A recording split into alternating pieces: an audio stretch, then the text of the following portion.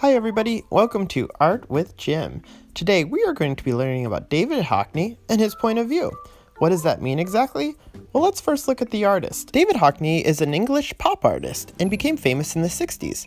Pop artists wanted to make everything a little bit more bright and a little bit more exciting. His paintings are buzzing with color. Just look at this swimming pool painting. That's right, swimming pool painting. In fact, he painted a lot of swimming pools. Don't you wish you can go into that swimming pool right now?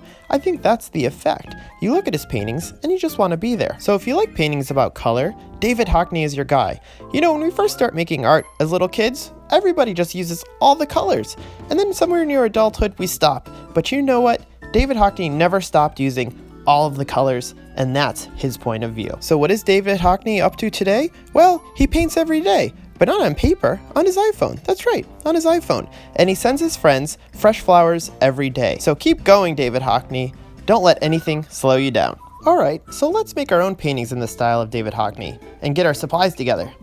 First, you'll get a piece of paper that's thick enough to handle watercolor, and I put it vertically so it's up and down. A pencil to draw with, a watercolor set, and to go with that, you'll need water and some paper towels, and then some paintbrushes to paint with. And I'll be using some slick sticks, but basically those are oil pastels. And then some scissors and glue. We're going to be doing a bit of collaging. And then some paper scraps. That's the collage part.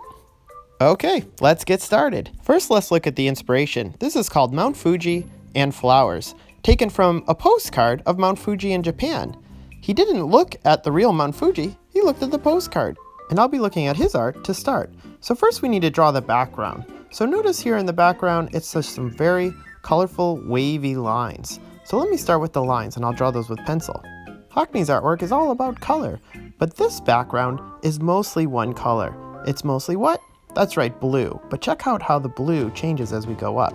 So I'm going to start first with some watercolor, and I'm actually using a lot of water. I want to get as much water and paint as I can in the background.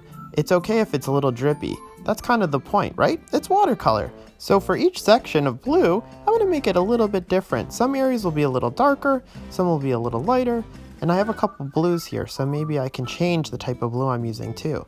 You know what? If you wanted to add green or red or purple, whatever, go for it. It's your painting, but I'm going to try to stick close to what David Hockney was doing. After it dries pretty well, you can use your oil pastel or slick stick and you could draw in some detail. I'm going to use white here, but go ahead, you can use any color you want, just to add some detail.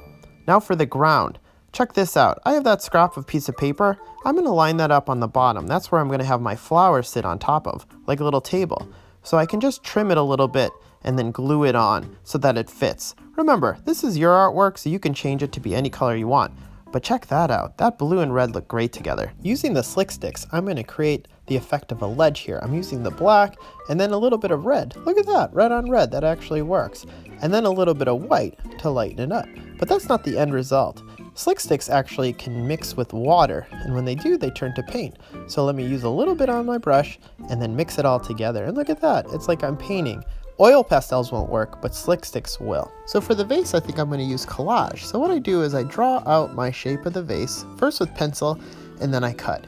Notice it's not a perfect shape by a long shot, but I did make the bottom a little bit round, so it looks kind of like a vase, right? Because vases have round bottoms.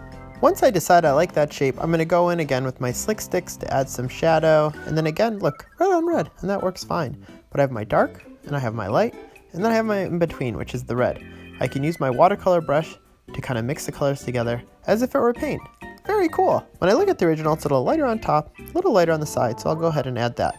Add some glue to the back of the vase, and then attach. And look at that, we're getting really close to the original here. All I'll need to do now is cut out some of the green leaves and the flowers. So the leaves I didn't actually even draw out because I think I can cut them out pretty easily.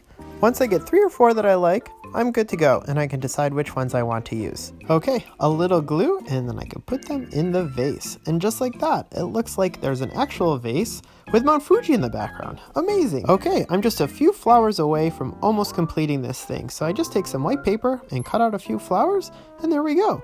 I pretty much matched what David Hockney was trying to do. So I'll glue those on and then a little bit of orange slick stick right for the center and there we go. Now we have flowers. So how did I do? Is it colorful enough? Is it brilliant enough? Is it pop art enough? Well, I think David Hockney would approve. I can't wait to see your perspective too. So long, and I will see you next time.